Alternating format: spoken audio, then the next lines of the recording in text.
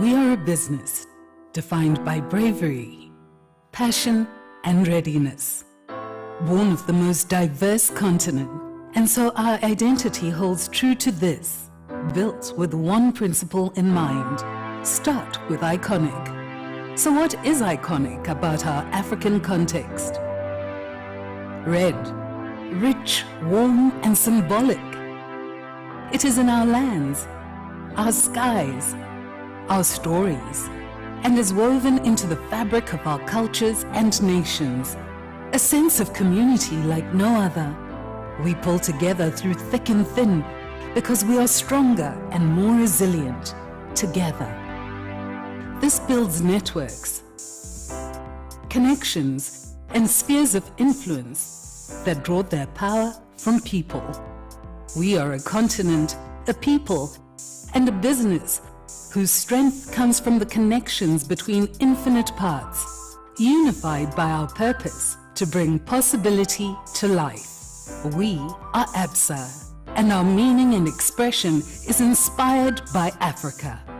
We simplified our core shapes, replacing old austerity with something altogether more human, refining it to a contemporary and cohesive foundation.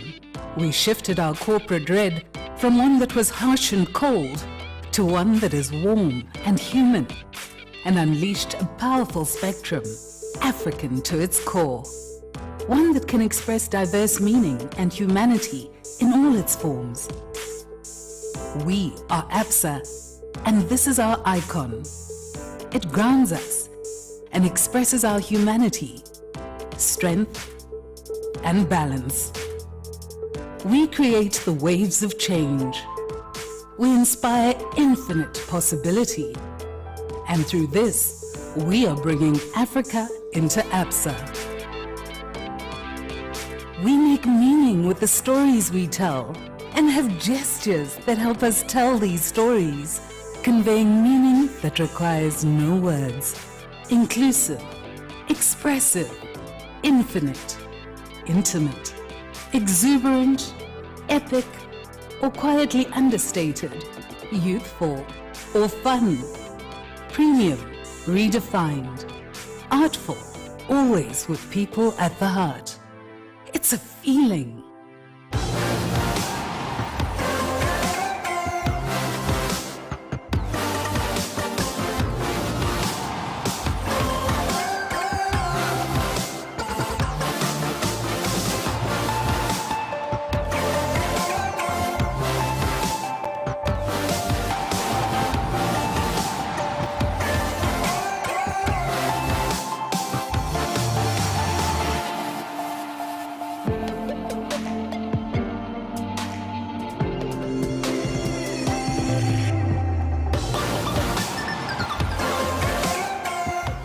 Let us go boldly into the future. We are Absa. We bring possibility to life.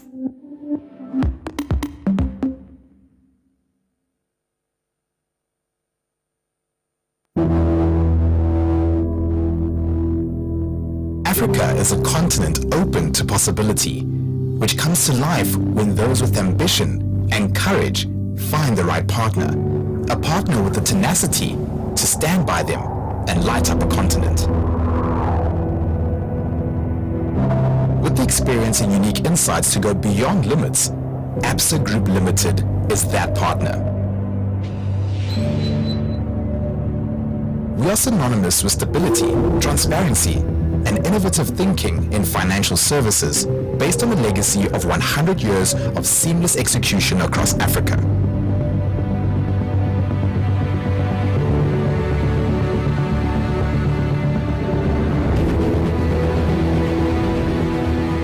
Our new brand and growth strategy define how we are shaping our destiny as a proudly African bank inspired by Africanacity. This is the distinctly African ability to always find ways to get things done. Africanacity is what drives us, what sets the tone for our business, and echoes across our African footprint. Our corporate and investment banking business challenges limits. We close distances, connecting people to opportunities across borders, languages, and cultures. With global connectivity and local differentiation, we operate at the core of your strategy. Our understanding of each unique environment across regulatory and market practices results in a differentiated service and experience for our broad range of clients. Backed by insights into key sectors, we turn risks into opportunities, supported by a unique set of solutions that work across your full value chain. Our clients experience a seamless partnership across Africa, with aligned delivery positioning you for success across operating environments. Because African ingenuity and tenacity go beyond limits, so do we. Our world-class service is based on skills and expertise that have been developed to put our clients first, proven by numerous high-profile deals and coveted international awards. We are brave, we are passionate, we are ready. We are independently African, and we believe in building courageous partnerships that work. When you have the bravery to imagine and the will to get things done, that's Africanacity. That's Absa. Corporate and Investment Banking. Is our Pan-African digital banking platform that lets you manage your finances with speed and intelligence. With secure single sign-on, you get access to your entire business portfolio on one platform, allowing you to make informed decisions that drives your business growth across Africa. Through one seamless dashboard, you get access to multiple products such as international banking, foreign exchange, cash management, trade management online, global markets research, and integrated solutions. This allows for greater visibility of your complete business portfolio. Absa Access is more than digital banking. It's our commitment to helping you grow your business through innovation. It's effortless digital banking for your future ambitions. That's Africanacity. That's Absa.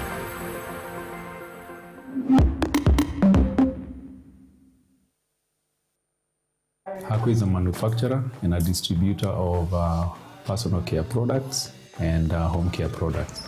Before COVID, we'd use letters of credit, the LC facility, to transact with our overseas suppliers. It is during this period that Absa introduced a product to us known as the Trade Management Online. Almost like 15 minutes and you're done producing an LC. I would highly recommend the Absa Trade Management Online platform for every organization. It's fast and it's safe. Absa has helped us bring our possibilities to life, hence making us a home of quality. We look forward to the same relationship going forward.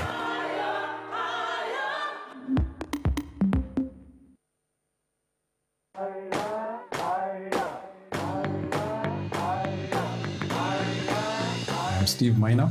I'm the Finance Director at Haku Industries, Kenya Limited. Haku is a manufacturer and a distributor of personal care products and home care products. We started banking with Absa in February 2019. We were a fairly smaller company than we are now, and Absa has walked the journey with us as we have expanded our business. My name is Caroline Ribui, Financial Controller, Hako Industries Kenya Limited. Before COVID, we'd use letters of credit, the LC facility, to transact with our overseas suppliers. When COVID happened, we had a lot of people working from home. So the process became a bit difficult because we would have someone in the office fill in the application, dispatch the application to our signatories. Then from there, we'd get the rider to actually pick the same documents and hand them over to the bank.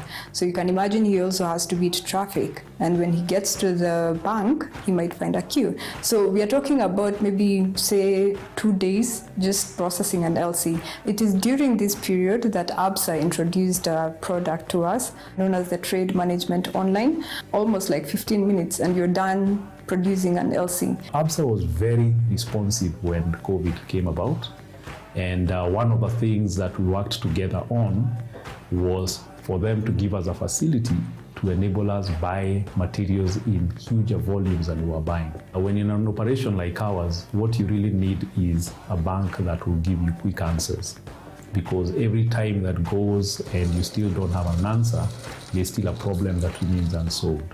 So I would ask them to keep that up and continue to be that responsive. I would highly recommend the Absa Trade Management Online platform for every organization. It is one of the best systems. It's fast and it's safe. So it's beneficial to both parties. As Hako, Absa has helped us bring our possibilities to life, hence making us a home of quality. And for that, thank you very much, Absa, for the partnership. And we look forward to the same relationship going forward.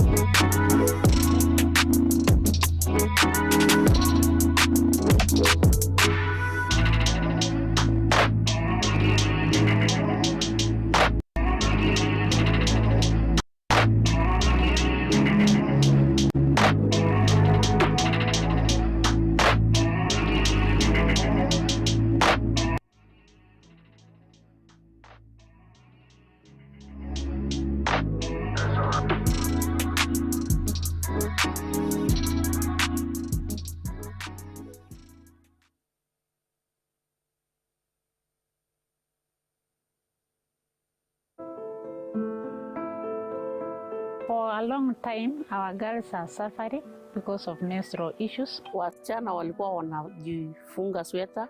Girls cannot readily speak about menstruation. Mzazi anakuuliza unaumwa na wapi, lakini mama mwenyewe anaelewa. The women don't have time to come and pick. That's why I usually take the action of taking the sanitary towels to their homesteads. The men in our community should know that menstruation is not a taboo, and men should be able to embrace it also. Ingekuwa baba angeweza, lakini ni ile uko na uoga. Our areas of focus are promote education, promote women and youth economic empowerment, focus on the area of reproductive health and hygiene and sanitation. The idea behind the pad banks, we saw the need to provide bank pads for the school-going children and the shanga mamas because of the stigma and the taboo that comes along with the issues of menstrual hygiene. Once tulikuwa primary, that is the most time tulikuwa na challenge sana. Tulikuwa tunatumia rags as a way of preventing it to penetrate. Bank pad is like a bank where there is a mother who will give you the sanitary towels when you need it, but there are no charges. For one, it is very expensive for the community. Most of them are very poor, they are not able to buy the pads as before. They sometimes, even when they are in periods, they pretend they are sick. Walikuwa wanaogopa kwa sababu kuna hizo mila na desturi ya mtoto msichana. Here at my homestead, we have it as a depot where all the other sanitary banks come here to pick like their sanitary towels for like 2 or 3 months. Around 15 the school going girls and also the shanga girls because they're there. And the shanga girls are in between the 10 years, 17, because by the time they reach 17 they're already married off. That is the other bracket of the young women. We at Absa, we are very, very passionate about making a difference in our small way. We find most of our value in the small differences that we make. How we make people feel, how we work with people like you, no matter the challenges we face, to find a way to get things done. How we do that. At Absa, we like to call that Africanacity. That's in the inspiration of our business. Bright Future na Absa Bank wametusaidia sana, wametuletea pads. Kenya ikuwa awali. Over the holidays, motivational talks, wanatukuja kutuonyesha practical for the young girls who are still growing, wanaonyesha jinsi inatumia practically. It will go a long way in retaining girls in school because when they have these dignity kits readily available and flowing from time to time, I think the impact will be felt in Samburu County. Wenye wanaenda high school, hata hawana shida ya kununua pad. Ashe Oleng, Absa Bank.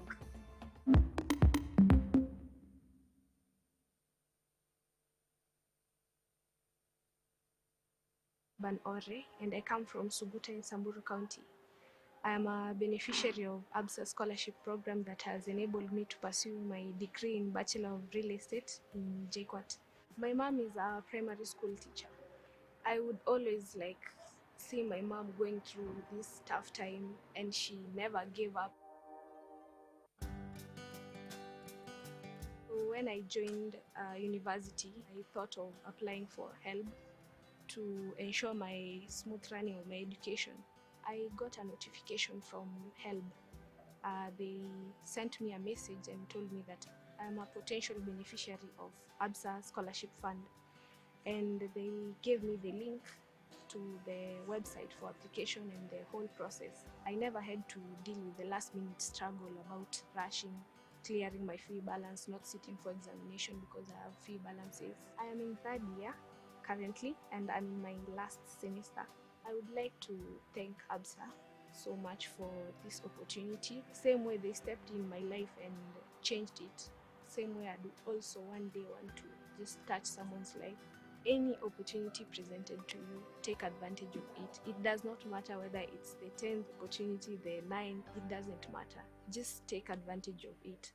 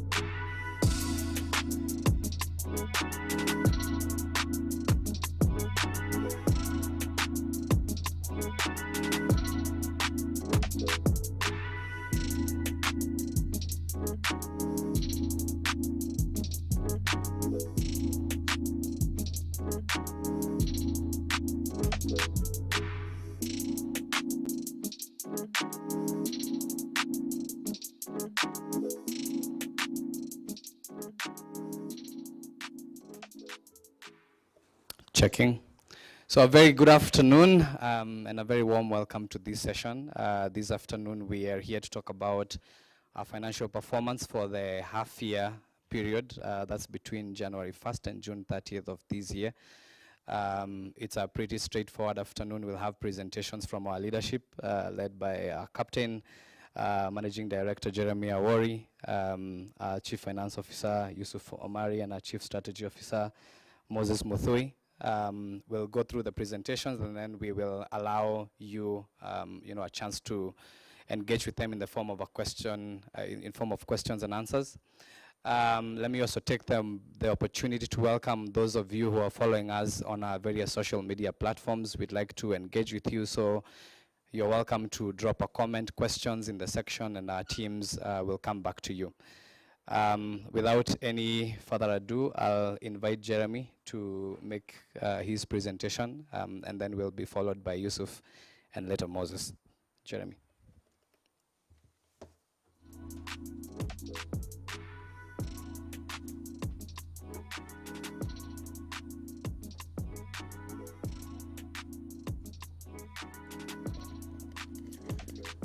Good afternoon, ladies and gentlemen.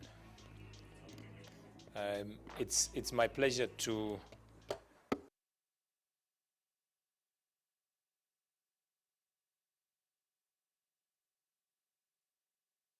join us, especially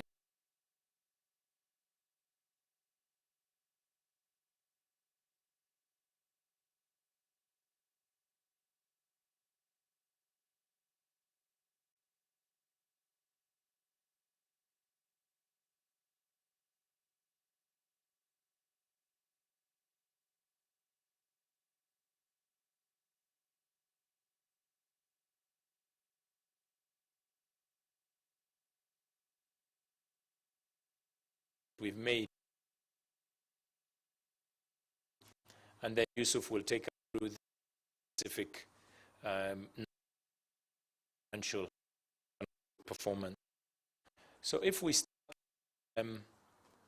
the macroeconomic environment, clearly we're all navigating our way through a complex operating environment, and there have been risks and opportunities that have come as a result. And I think when we look more specifically at the period in question, and you look at things like GDP as an example, we've seen GDP expand by 6.8% in Q1 of this year, and that's from 7.4% in the last quarter of last year, and 2.7% from Q1 2021. So we're clearly seeing GDP picking up quite strongly, and we've seen that growth really moving across quite a number of sectors. I think the one sector that maybe struggled a little bit due to more weather patterns was agriculture.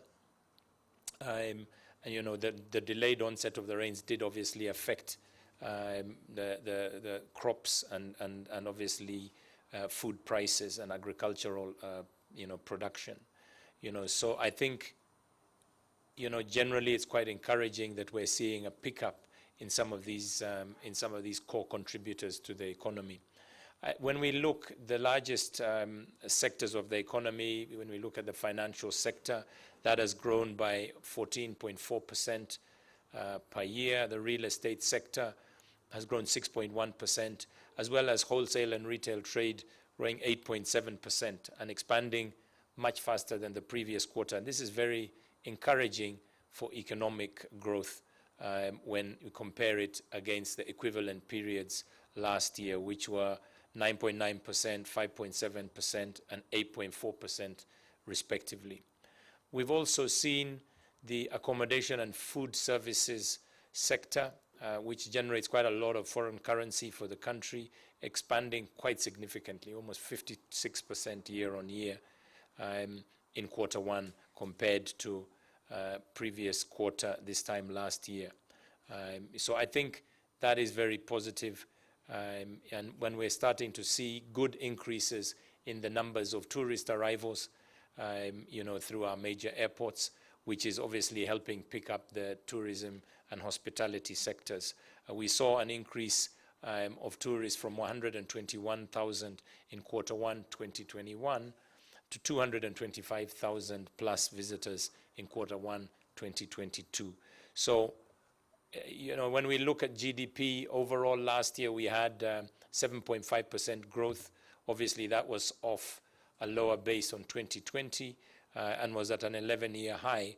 But we're starting to see we've got a good forecast for GDP for 2022, which I think is very encouraging. When we think about some of the other indicators like exports and imports, we've definitely seen our exports remaining quite strong in terms of growth. We've seen them growing by 11.2% in the 12 months to June 2022, and that compares, with a similar period, in 2021. And what we've seen is in tea and manufactured goods, those exports increased by 6% and 22% respectively during the period. Imports, as one would expect, we've also seen a rise by 21.7% in the 12 months to June 2022, and that's mainly reflected due to the imports of oil and manufactured goods, where we saw the backdrop of trade flows being impaired during the COVID period, and the catch-up of those in 2021 and subsequently 2022. Our foreign exchange reserves, are standing at roughly about 4.5 months cover, which gives us a reasonable buffer against any short-term shocks, within markets, and I think that is very, very positive.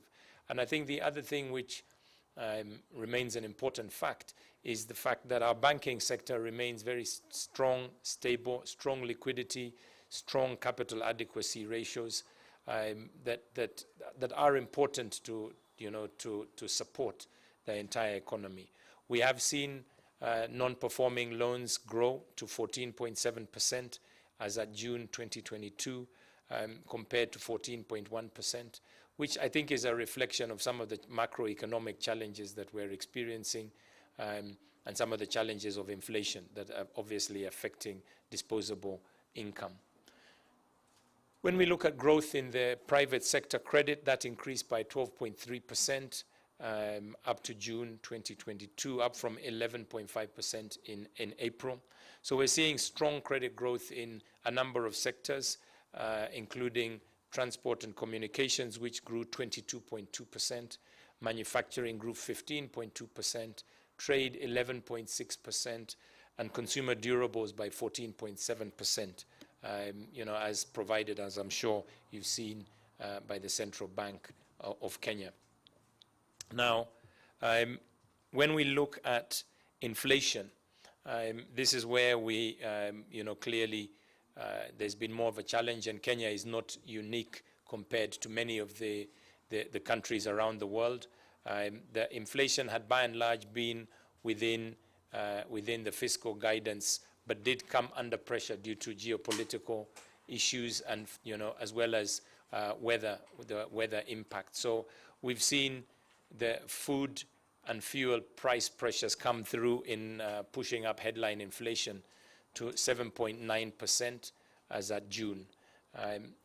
And this is something which, as you say, is not necessarily unique to us, but is something that needs to be managed nevertheless. On foreign direct investment, Kenya is normally one of the largest recipients of foreign direct investment in Africa, and we've seen that those numbers grow over time from 2010. What we have experienced now is a challenge around attracting investments just due to the broader economic challenges we've been experiencing through the COVID crisis, and then post, obviously, the Ukraine-Russia situations where we've seen flight back to OECD countries. But fundamentally, as a country, the outlook for foreign direct investment remains very strong because we are an attractive destination, whether it's from a geographic location, we're a regional financial center. We've got talented, well-educated, English-speaking population. And then there's all the investments around technology, tourism, the agriculture, and the manufacturing sectors. So there's a lot from that perspective. And then as a region, obviously there's the various investments in the energy sector as well that drive a lot of economic activity.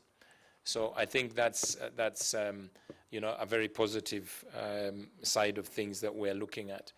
I think Kenya also, we should highlight, remains an attractive destination, in terms of doing business. We're obviously waiting for the ease of doing business results, but generally the progress we've made in a number of areas, including, dealing with construction permits, the progress we've made around provision of electricity to businesses and to Kenyans, ease of access of getting credit, across the sectors is also something that is really improving our ranking compared to other countries. And then other areas like protecting minority investors, the ease of doing things digitally, paying taxes included, as well as the changes in law around insolvency, making insolvency easier by improving the continuation of debtors' businesses during insolvency proceedings. I think if we look then at interest rates in the country have been steady and stable for many years now, the last 7 years. We saw a recent hike of 50 basis points in the last monetary policy committee meeting. I think that, as they indicated in their report, was to help manage the elevated risks around inflation. And we'll obviously wait for those effects to wash through the system. But we don't expect at this point in time, unless obviously there are other external factors that come in, any major rise to interest rates. As we move forward to the next slide, our business has been a business that has undergone significant transformation. We're now very proud that we feel we are much more a full financial services group, driven by a much more broad proposition set. We've launched over 16 business propositions, over the last few years, and these include getting into SMEs and MSMEs, bank assurance, our wealth management business, trade, securities, risk management products, equity research, and asset finance, among many others. So this really is predicated also on a digital-first approach and capabilities, which, to give you an example, we launched our Timiza platform and proposition, which has grown our customer base 5 times to almost 5 million customers that have signed on to the platform. Now, what is exciting for us is that a number of these propositions that we've launched are already contributing revenues in excess of 1 billion Kenya shillings, thereby diversifying our income and in particular our non-funded income, and represent opportunities for us in the future. As a bank, we have big aspirations and ambitions to holistically serve not just SMEs but also MSMEs, which are the engine of growth for our economy. We're looking at digital solutions and digital platforms that will be able to make it easier for customers in those segments to be able to perform their banking. And they also tailor very well to the youth segment, which is very digitally oriented. As we do this, we've obviously had to evolve our business structures, to align with those new intrinsic business opportunities. And I think that demonstrates our commitment and ability to adapt, to the context and to the environment in which we find ourselves, which at times is challenging, but we always believe that there are more opportunities that we can always seize as that happens. I think if we look forward, our business, as I say, has been evolving and transforming. As we focus on this, we're looking to land and commercialize many new businesses, which are strategic battlegrounds for us as an organization. And we want to get into the fastest growing 20% of the banking revenue pools, where we have limited or no presence. And this has been a very conscious effort. And we look at this with a lot of excitement, because we have fundamental capabilities across the group to be able to take advantage of those and provide broader services to our customers. And so we're focusing on a few key areas that we see represent strong opportunities. We've got the asset management area, which really focuses on institutional as well as retail, including high net worth customers.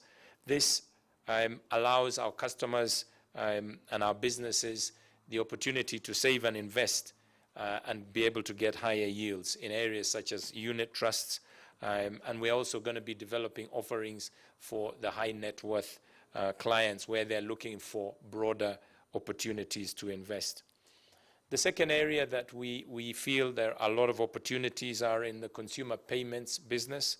And there's lots of areas within this payments business, including diaspora remittances, digital payments, including and not restricted to also cash and collections, which will be increasingly done through digital platforms. One of the areas that we have also invested in and are launching, is our custody business.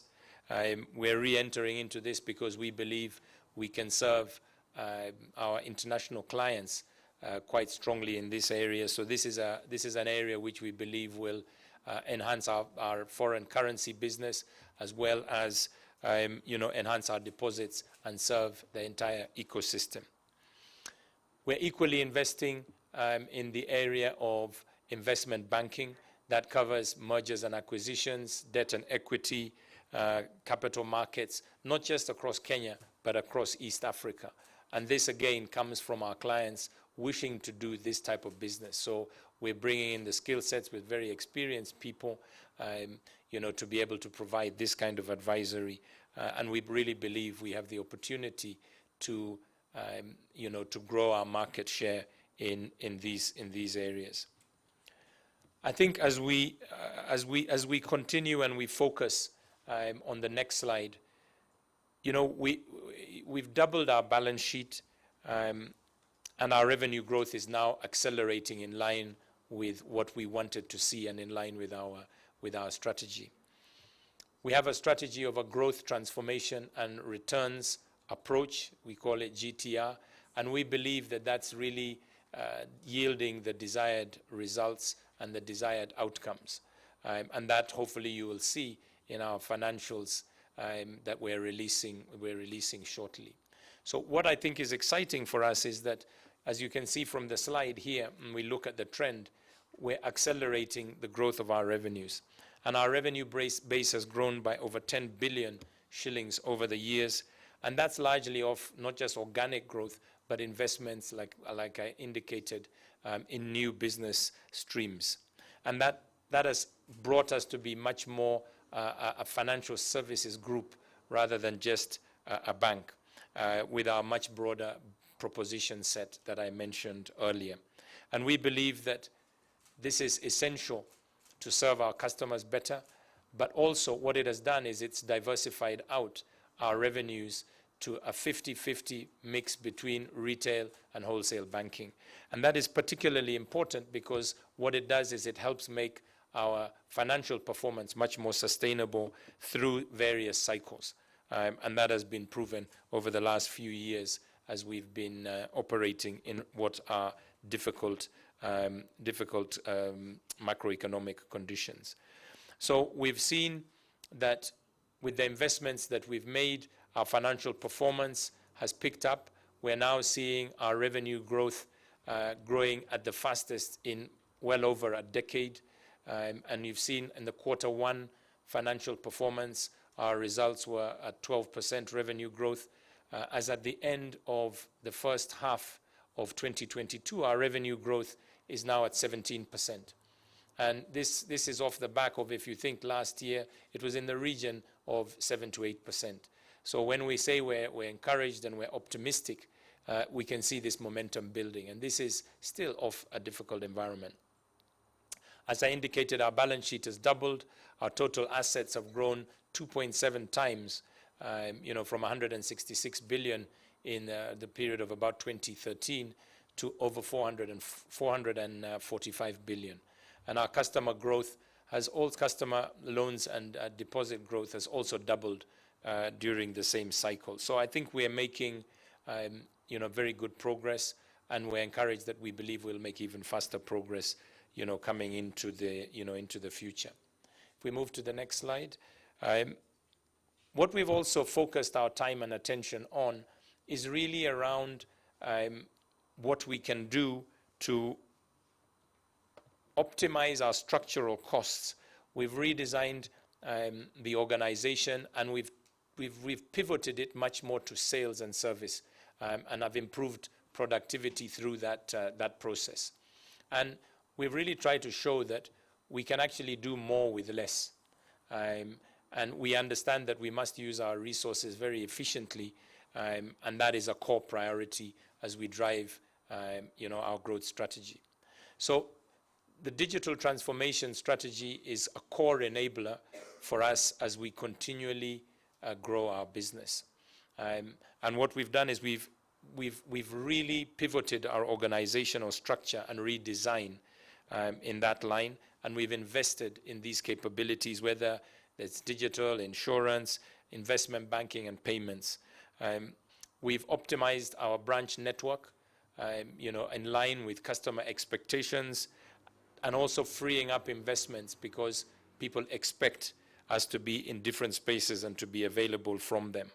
And those investments, have really come through in terms of the transaction volume that we're now doing outside of our, of our branch network.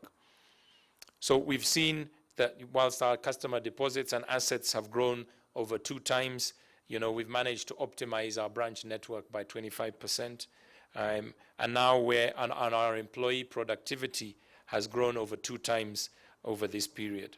So you can expect more of that pivot towards sales and service rather than back office roles. Part of the strategy has also been really revolving around changing our cost base from a fixed cost base to a much more variable cost base. And you'll see us using many more alternate channels and partnerships to drive this going forward. So what is the result of this? The result of this is that our cost-income ratio, as at the end of the first half of 2022, now stands at 42%.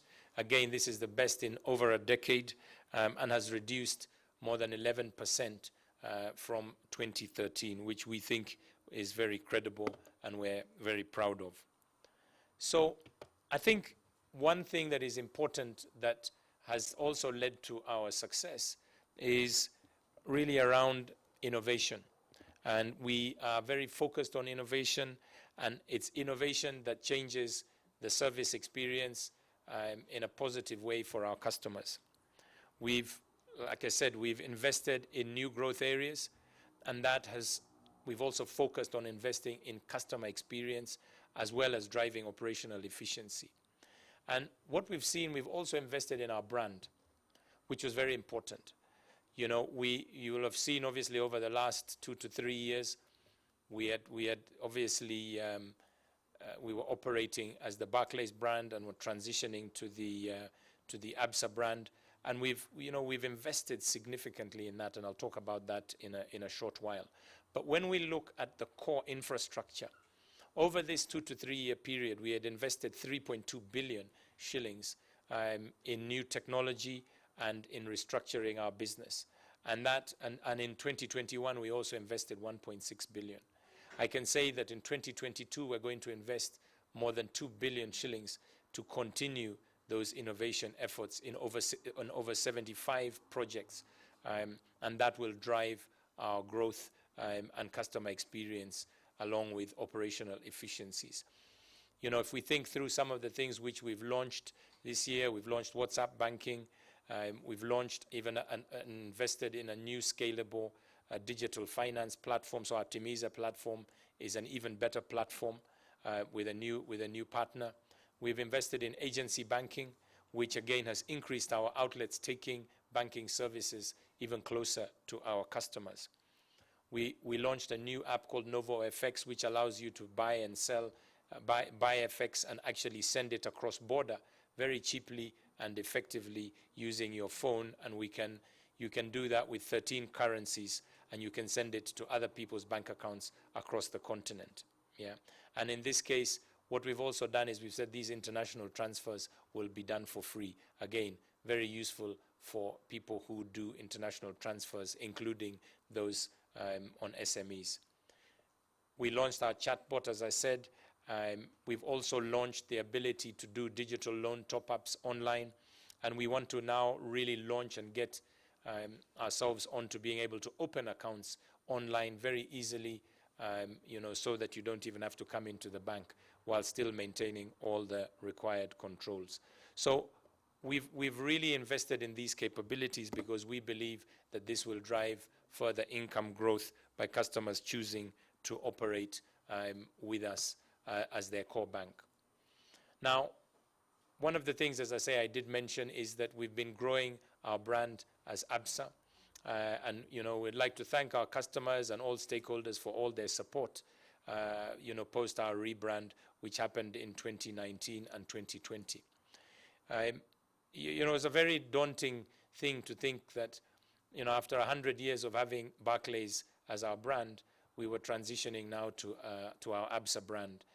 And that transition was probably one of the most complex project management exercises of its kind in the Kenyan banking industry. We had over 200 separate projects to roll out during that period, and we invested significantly in that. And when we look at all our indicators, and our core features which we wanted to address, we wanted to be a dynamic, accessible, and aspirational brand with local relevance. And I hope you will have seen with our various campaigns, whether it's Wezesha Biashara for SMEs, whether it's the things we're doing, on the card space, we talked about the WhatsApp space, that it's a fresh, vibrant, young brand. And what we've seen across all our brand trackers, whether they're on value creation, stakeholder engagement, awareness, trust, advocacy, these have improved. All these indicators have improved over the course of the last year and year-on-year basis. So one thing that we're very proud about that has happened this year is Absa has now been voted the most reputable bank in the country as per the GlobeScan survey done in the first quarter of 2022. And this has now even surpassed the ranking that we had as a Barclays brand before that. We're also very proud that our colleague brand love scores and colleague experience indicators are all also up and are improving significantly on a year-on-year basis. So for us, the brand is growing strongly. It's much more relevant. It's much more accessible, and we're seeing that in the research that we are doing. So as we look at this, we also want to make sure that Absa is a fun, vibrant brand and is really relevant to to our colleagues, and is an aspirational brand that people want to come and work with us in line with their purpose. So for us, we are very honored to be certified as a top employer in 2022 by the Top Employers Institute, which is a global authority that recognizes best practices and excellence in the people management arena. So we become one of a few prestigious group of companies that are globally recognized for these practices. And I think that really shows the kind of work we've done in our workplace, because we believe our people are our strength, and we invest in our people to be able to deliver services on that front. And we're seeing our people growing in skill sets and evolving to serve in all these new areas that I've talked about, delivering hopefully better service and overall propositions for our clients. And currently, even as at now, we operate hybrid ways of working, which gives people the flexibility to be able to get better balance in their lives and while still delivering in a productive way, as I mentioned earlier. Now, sustainability is also core to us, and this is a key area of focus. We launched our sustainability commitment report, outlining the key priorities and principles along with the initiatives that will help us grow our business in a sustainable and responsible way. We believe this is a bold step for us and will inspire our innovation, social and environmental causes, and help address some of those challenges that exist within our country and the communities we live and operate in. So we're really focusing on the principles of, the bottom line principles of people, planet, and profit in all our strategies, and we embed these principles in all our products and propositions to drive shared value for all our stakeholders, across the board. So we are looking, and we've got initiatives that I can highlight around the environment. 80+ of our properties have now gone through certification process called EDGE, done by the IFC, and we've really looked at how we can reduce our energy and water consumption and efficiency, and that has come through. We've received for our head offices IFC EDGE certification. We were one of the first to achieve this in this country. We've planted over 140,000 trees so far, and we have a target of planting 800,000 trees just this year alone. So we're making very solid progress on that. We also believe in education and skills development. So far, we have trained over 211,000 young people through our Ready to Work program, and really intend on training 1 million young Kenyans by 2025. We've sponsored over 574 young students to go through university across the 47 counties of this glorious country of ours.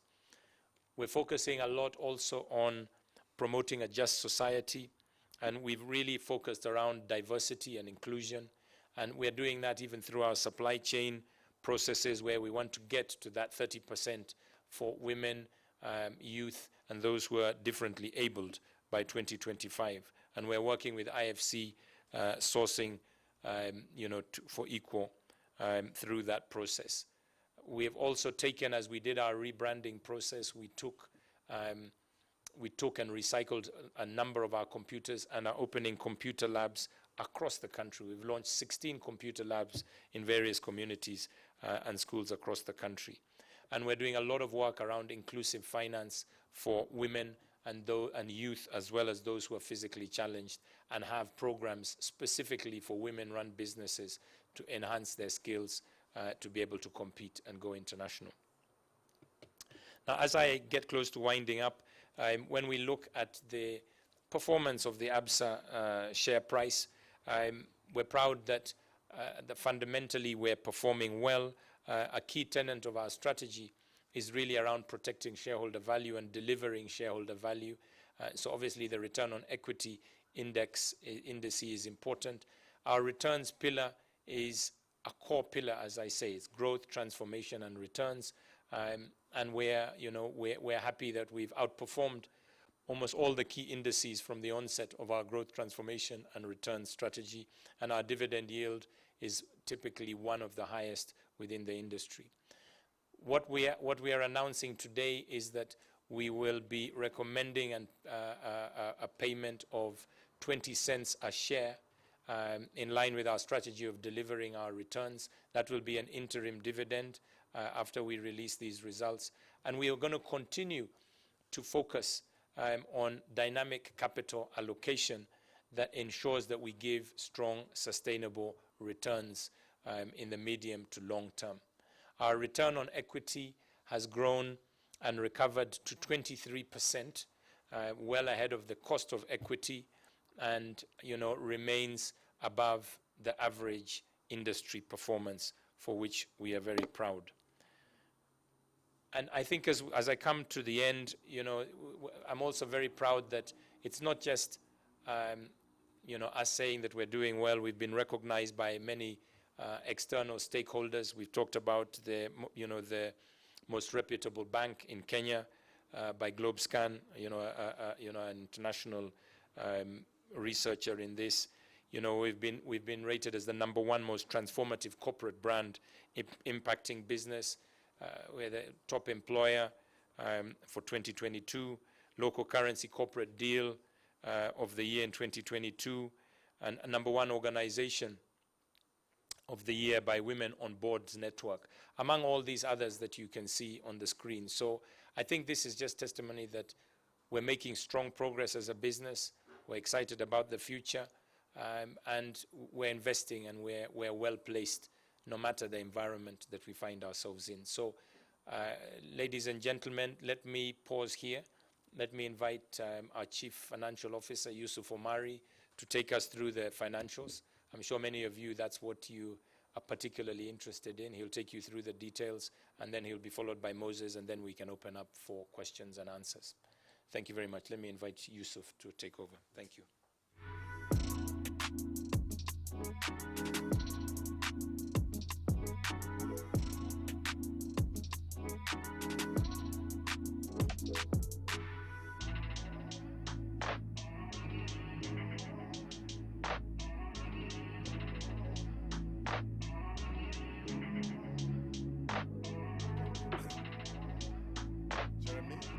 Our CEO, and good afternoon, everyone.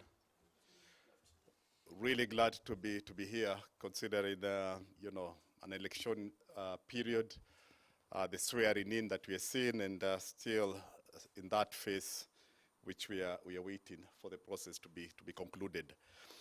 As Jeremy has mentioned, I'll take you through our half-one financials.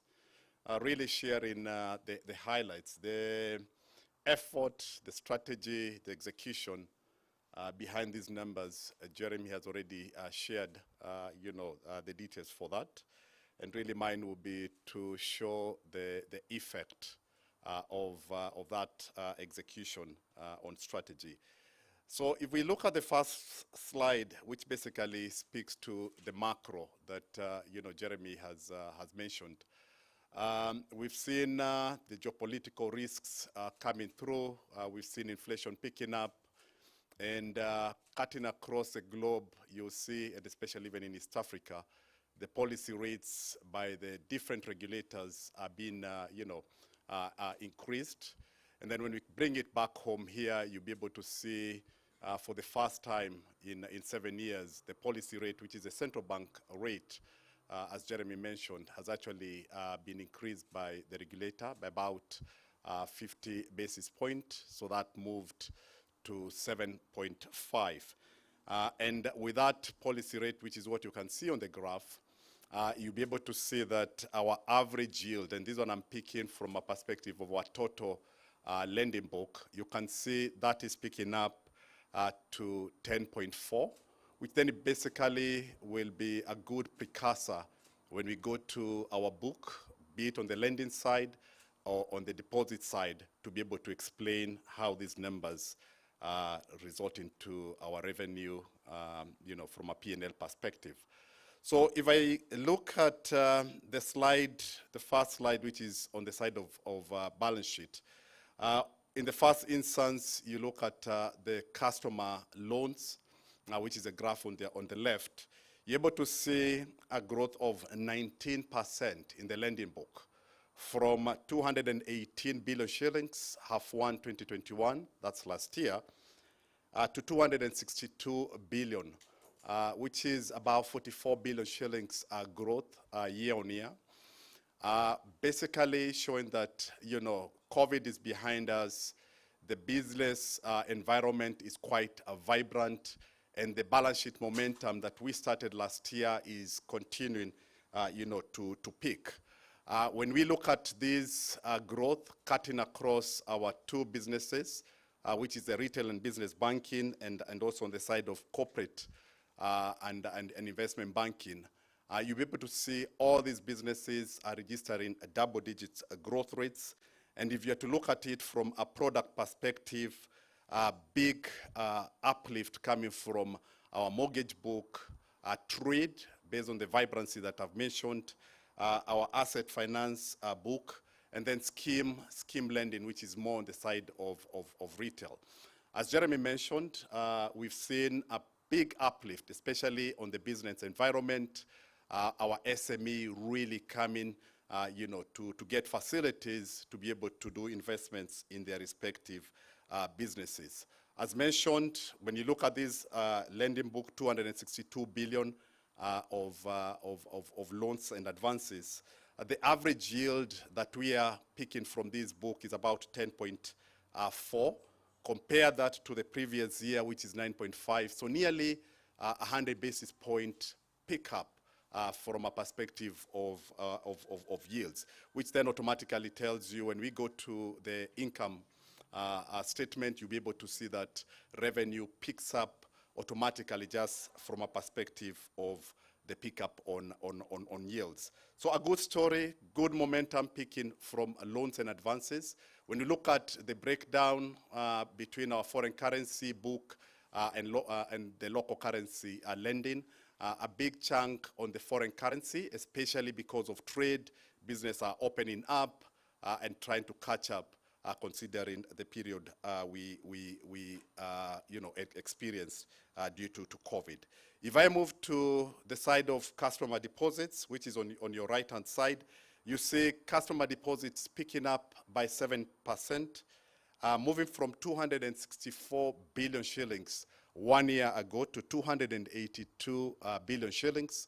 That's about 8 billion shillings growth in deposits.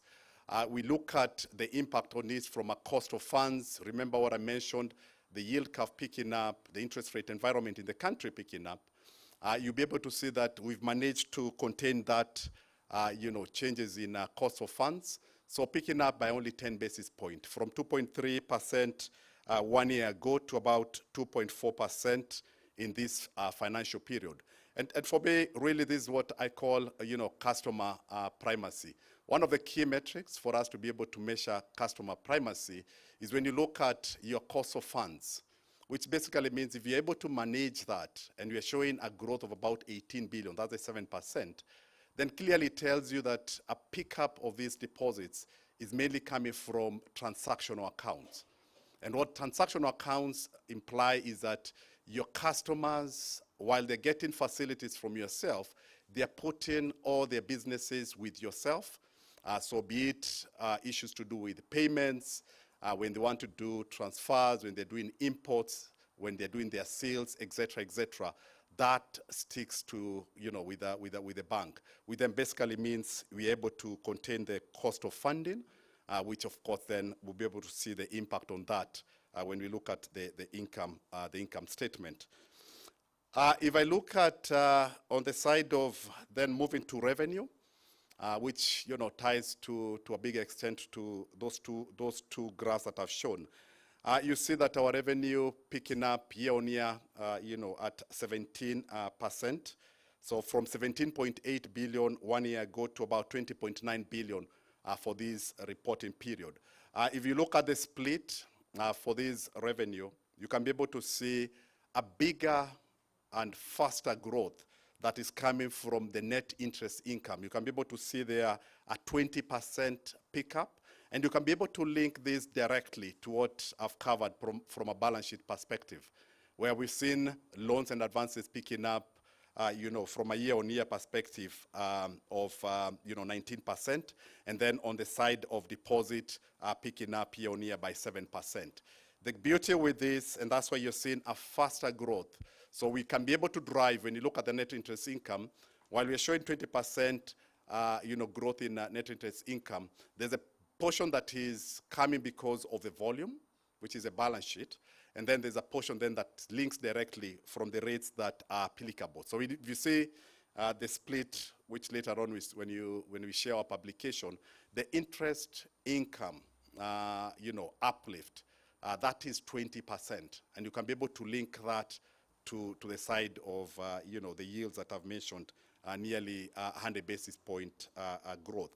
The interest expense well managed, with the cost of fund picking up by only 10 basis point, then basically being able to to reflect the 20% growth year on year.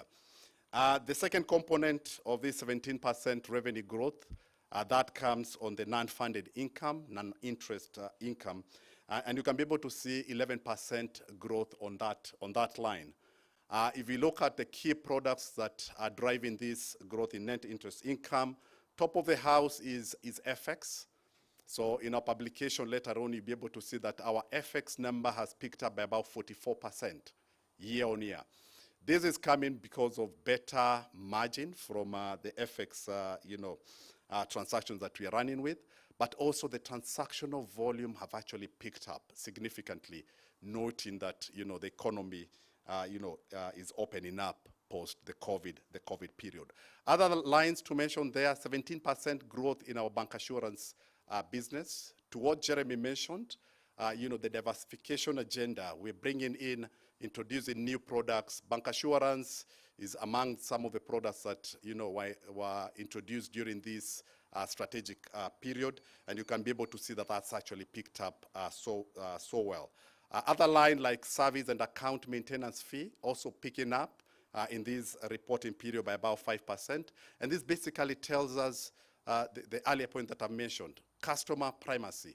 Now customers are doing more of their businesses with us, and you can be able to see that when you look at it from a fees component. On the right-hand side, we're showing the pie chart where you see diversification between our retail business and our wholesale business. A big chunk of this revenue really coming from retail, which is 54%, and 46% from the wholesale side. If you look at this graph, well diversified, I must tell you, several years ago, it was heavily skewed on the side of retail. If you were to look at those businesses individually, you'll be able to see that all the four businesses, be it markets, corporate, business banking, and retail, all of them are registering double-digit growth rates with much higher growth coming from corporate and our business banking businesses. Moving to cost, you see cost, picking up at 11% year on year. And if you're to look at that from a quantum perspective, a big chunk of that is staff cost. You see staff cost has picked up year on year by about 9%, moving from 4.4 to 4.8 billion. And here comes the investment. So while if you look at these financials, the key driver is top line, revenue picking up at 17%, but a lot of investments going. Between this period, we've done significant, investment hires, mainly the sales, customer-facing, colleagues. Over 200 of these colleagues have been recruited between Q4 last year and this period. And because of that, then you can be able to see the momentum when it comes to sales and productivity that I've covered from a perspective of the balance sheet. The other line that is picking up is operating expenses. You see that picking up from 3 billion to 3.5 in this reporting period. And there comes in the investments. Jeremy has shared a very detailed slide in terms of all the investments that we've been able to do. While we've done a big chunk of structural cost takeout, be it, if you look at our FTE in the last, 10 years coming down by about 30%, our physical branches also coming down. Investments is coming through in terms of automation, giving alternate channels to our customer, which clearly, if you look at this graph, you can be able to see 10 years ago, back in 2013, about 34% of our transactions were being done outside the physical branches. And if you look at these financials, that number now is 90. Over 90% are going through alternate channels. If I then move to the slides that brings all of these numbers together, I've covered revenue at the top there. You see 17% growth in revenue. And the split, which I've already covered, cost the growth of 11%, which basically give us a pre-provision profit growth of about 22%. And then you have impairment, which is a number that I will cover, I've not spoken to here. You see impairment picking up year on year, 52%. However, when you look at it from a loan loss ratio perspective, which you'll see a slide on these ratios, the loan loss ratio is about 2.3%. So nothing, out of, the expectations that we had. But just telling you, in there, two key drivers. The first one is the fact that the book has picked up. Year on year, if you look at the lending book, which is already what I've already covered, and if you look at, IFRS 9, you under stage 1, you need to take provision whenever your book is, is picking up. And the second component, which has nothing to do with this year, last year in June, same month, call it exactly 12 months ago, when you look at the reporting period, we had a significant release of provision. You recall back in 2020, because of COVID, we took a lot of provision, forward-looking provisions. And last year in June, following the improvement in the economy, we did a significant release in provision. So that's why when you compare year on year, it's basically showing a growth of 52%. Clearly, this has nothing to do with this year. It's just from a comparative perspective. And therein, then you can be able to see profit after tax, double-digit growth rate at 13%, which is, an improvement from what we've been able to see in Q1 this year. Then to move to the slide on ratios. Basically, I've covered the cost-to-income ratio, improving. Jeremy mentioned, if you look at the years when we used to have cost-to-income ratio of 55%, you can see this coming down to 42%. Quite impressive within the strategic targets that we have put. I mentioned the loan loss ratios. The only other ratio there to mention is the return on equity, which basically means all the funding we've received from our shareholders, we are basically giving them a return of 23%, which is way above the cost of equity. And the last figure there really is on dividend, which Jeremy mentioned, being among the few banks in these half-one results who have been able to declare an interim dividend during this period. So to my last slide, before I request Moses to come here, is basically on the key ratios to do with core capital, total capital ratio, and liquidity. I think to just summarize this one, all of them way above the regulatory limits, which basically gives us a good space when it comes to investment. So I think let me pause here and then request Moses to come and take us on the forward-looking aspect of this. Before then, we request Jeremy to join us. Thank you.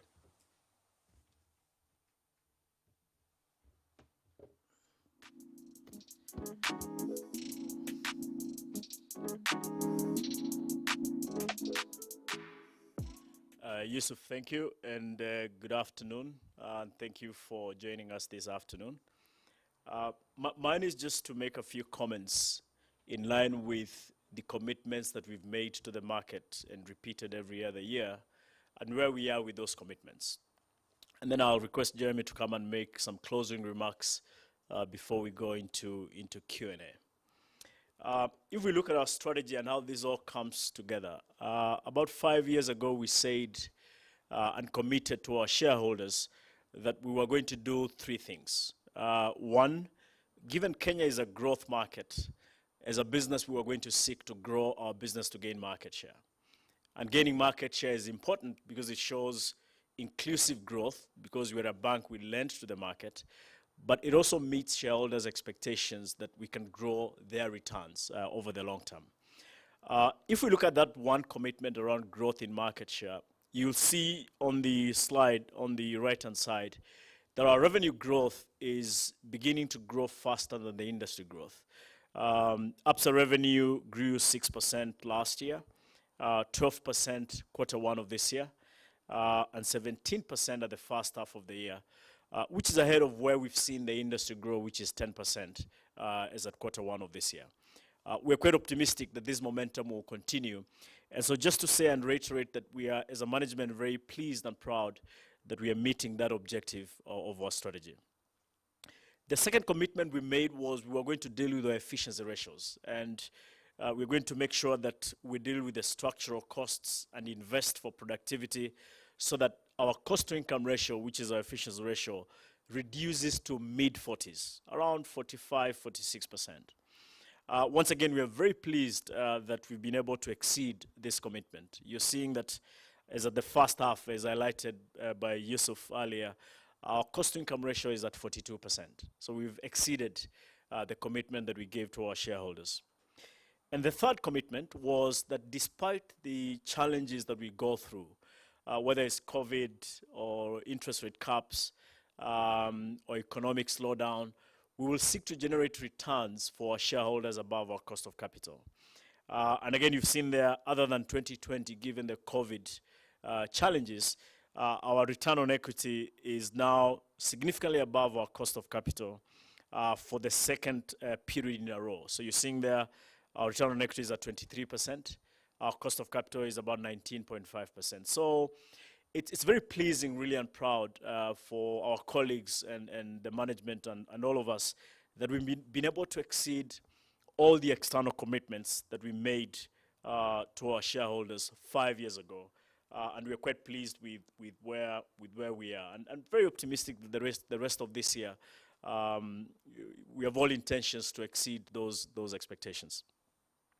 Now, if I look at two more additional comments to make, the first one is on our efficiency ratio, and if you look at what generating good efficiencies does to the business, and you've got on the next slide, please. At 42% cost-to-income ratio, when our target is 45%, it means that today we can increase our costs by another 800 million without breaching the commitment we made. So what this says to us is it tells us we have this potential to invest and innovate for our customers. And while we have to be mindful with our costs and expenses, we actually do not have a problem in terms of investing more to generate upside in income. So it's really a culmination of many years of hard work in terms of managing our costs to a point where today we can say we have a buffer of about 800 million shillings for the first half of the year that we could have invested further, whether it's in innovation, new technologies and platforms, marketing, brand, employee proposition, without touching the top end of the commitment we made on our cost-to-income ratio. And it shows the power of having a business that is now really, really efficient. The second comment that I wish to make is the decision we've taken around distributing the excess capital, which, as Yusuf said, you've seen is a little bit different than what you may have observed so far in the results you've seen. It is important for us as management to make sure that we are being fair and balanced. We are being balanced in terms of allocating capital to grow the business and being fair that we are distributing capital to our shareholders because our shareholders have stood with us and they did indeed do that going through 2020 given COVID. And so for us, when we came to make a decision around balancing allocating capital to grow, distributing capital to shareholders, and making sure that our business is safe and sound as we navigate a complex operating environment that has got unknowns, that we do the right thing. And what this shows us is we've been able to achieve those three objectives. With the announcement of the interim dividend, it only reduces our capital ratio from 14.4% to 14.1%. So it was a 30 basis point decision to make. And even at 14.1, after announcing an interim dividend, we're still very much above the buffers. The central bank requires of us to keep 10.5%. So we're still very much above that by 3.6% capital. We have our own internal buffer, which is 12%. So even at 14.1, we're still above that 12%. And so this is just to reiterate the commitment that we have to make sure that we keep a fair and balanced approach with the capital we generate and the commitments to our shareholders in terms of the dividends they expect of us. Before I invite Jeremy to summarize and reflect further on the last 5 years and the coming 5 years, it's important to just very high level demonstrate where we are headed with our strategy. And our strategy is going to evolve as much as it is going to change over time to what we see as a market that provides growth opportunities. We will seek to be relevant to grow our business, but to make sure that growth is also sustainable and inclusive. I think the bigger challenge for business going forward is to ensure that there's shared prosperity and shared growth. So you can expect to hear from us in the future around what the next 5 years will look like. But the overarching point is we're going to try and remain relevant in this market and to ensure that we're delivering sustainable and inclusive growth. But allow me to invite Jeremy to just reflect further on this coming period before we get into Q&A. Jeremy, please.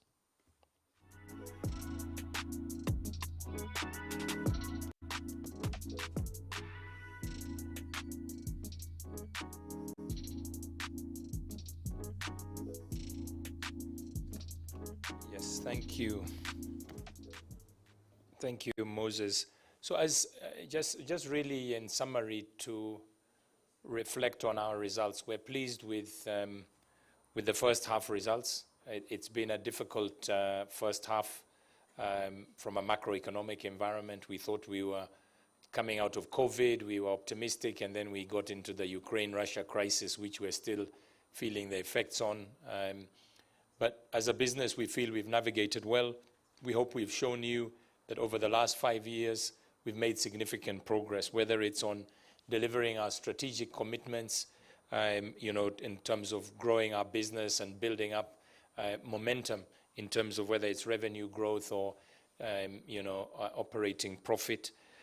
We've also driven investments that have given us cost efficiencies. We've brought down our cost-income ratio, as you've heard, now to 42%, where we're in that mode really of taking those advantages and using them to invest for future growth.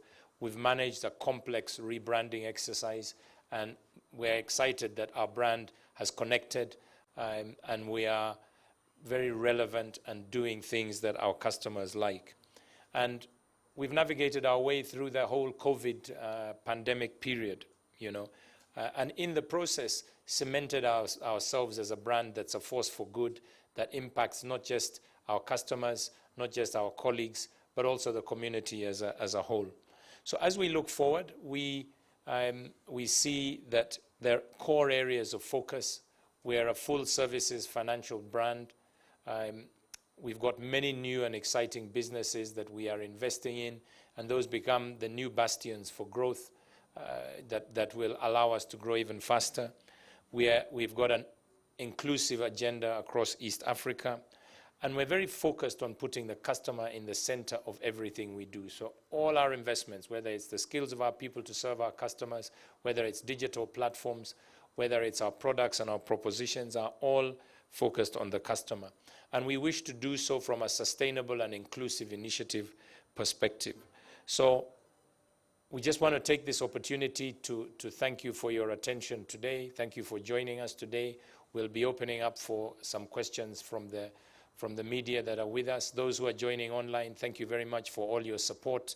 And we're really looking forward to being able to continue on this journey of executing our strategy into the future. So thank you very much for those online, and I welcome questions from the media now. Thank you.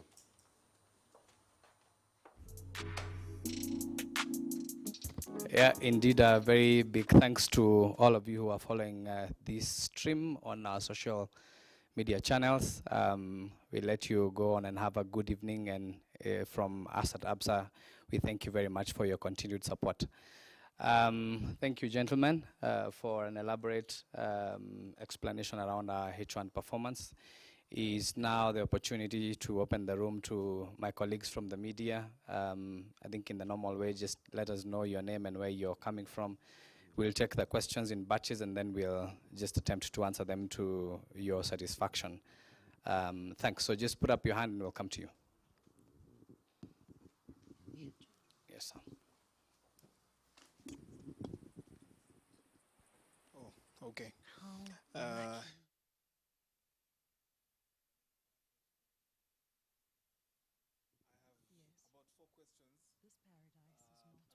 To direct them to, so I'll just ask randomly. Let's first start